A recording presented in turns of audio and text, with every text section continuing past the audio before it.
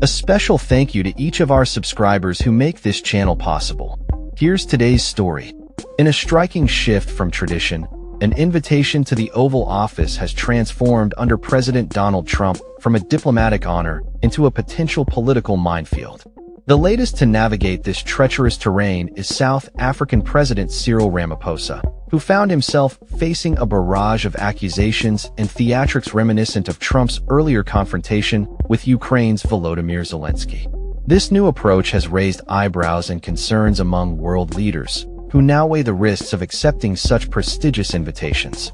During Ramaphosa's visit, he was accompanied by celebrated South African golfers Ernie Els and Retief Goosen, hoping to lighten the mood amidst Trump's controversial claims regarding a so-called genocide against white farmers in South Africa.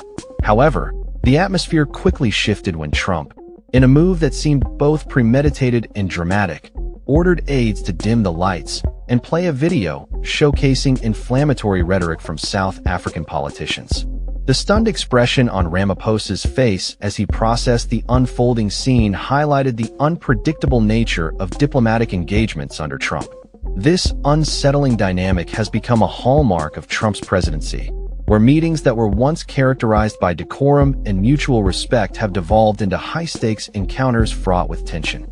The Oval Office, a symbol of power and diplomacy, has morphed into a stage for political theater, leaving leaders to navigate a complex web of expectations and potential pitfalls. For Ramaphosa, the experience was unlike any other.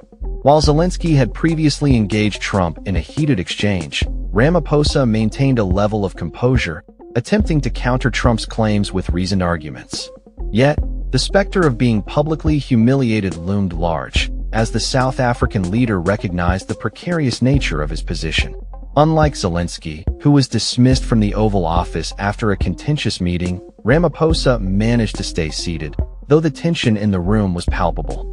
This pattern of ambush diplomacy raises critical questions about the future of international relations under Trump's leadership.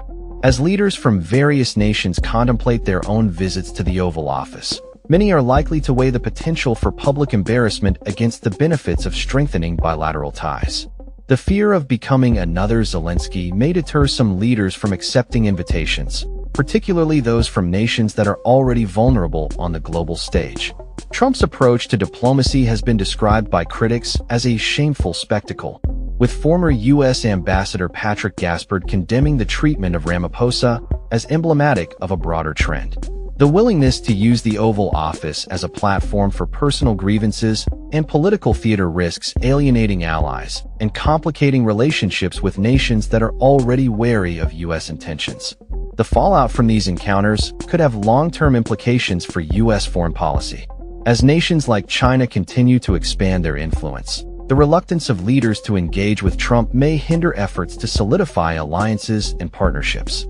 The stakes are high, and the potential for diplomatic fallout looms large in the wake of these high-profile meetings.